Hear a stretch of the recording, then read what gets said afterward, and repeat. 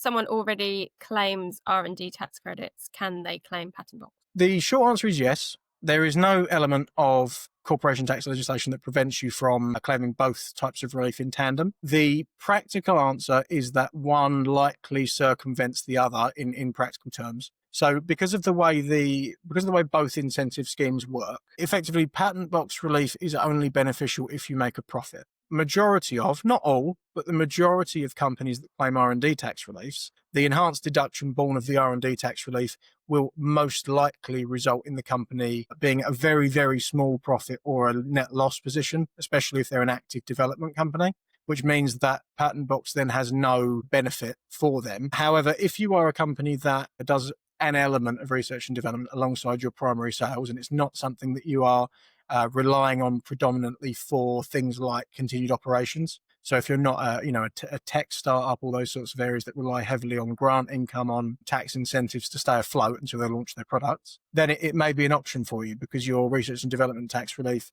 is unlikely to wipe out all of your profits. And as a result of that, we can look at the stream of profits to which the research and development tax relief is allocated and then apportion those against your IP stream of income and then apply both tax reliefs in tandem. There is no legislation that prevents you from doing that. There is no technicality that prevents you from doing that. It's just that the practical applications for doing both, one can sometimes limit the efficacy of the other depending upon the company and depending upon how they're set up.